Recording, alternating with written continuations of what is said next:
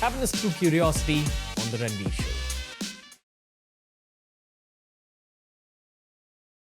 Speaking of the survival thing, is this, and I know I'm like simplifying a very large and nuanced topic, but this situation of survival, is it the core cause of the mental health battles that cricketers face?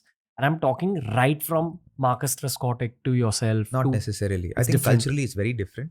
Okay. I think in our culture it's more the strain of competition, insecurity, it's performance and lack of performance and the judgments of performance. Like, see, for example, I remember I was absolutely fine when my last year with KKR, right? For whatever reason, towards the end, personally from my perspective, I wasn't treated very well. As a senior pro, I wasn't treated very well. And in that instance, my last match for KKR was a horrible game. I had a bad day at work, and my work was there for everyone to judge and criticize, and I got criticized. I got taken to the cleaners. And I can tell you, Ran, in that time after that, for a good 2 months, 3 months, I switched off my comments on social media.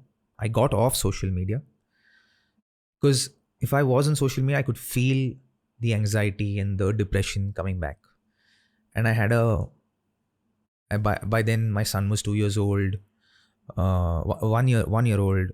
I had a wife and a son, and I didn't want to go through that whole gambit again.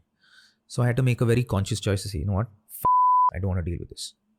Let me fucking serve my family. And I had a bad day, and a bad day doesn't dictate my life.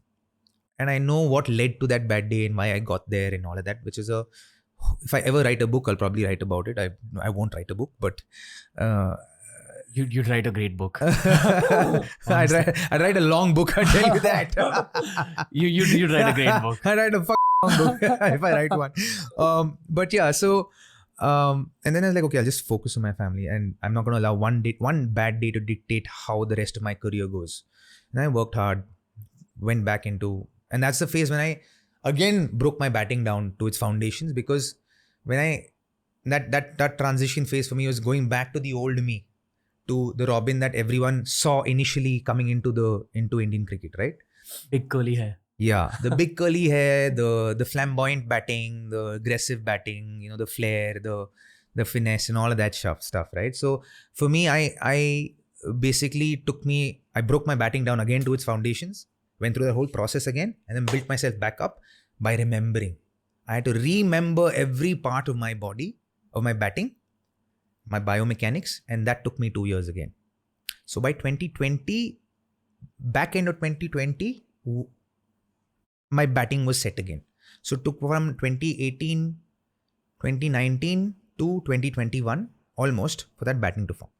And then once that got set is when I moved to CSK. That move to CSK happened, and then I didn't play and then was able to play. And today, my confidence just within batting and helping batters out is so much that I know that I'll be able to help anyone with their batting, any professional cricketer with their batting, with the minimum amount of changes.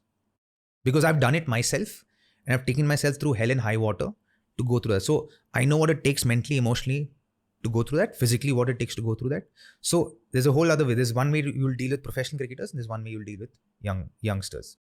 Hey, if you enjoyed this clip from the Ranveer Show, we've uploaded a ton of other clips related to a ton of other topics. So explore the channel because there's something for everyone.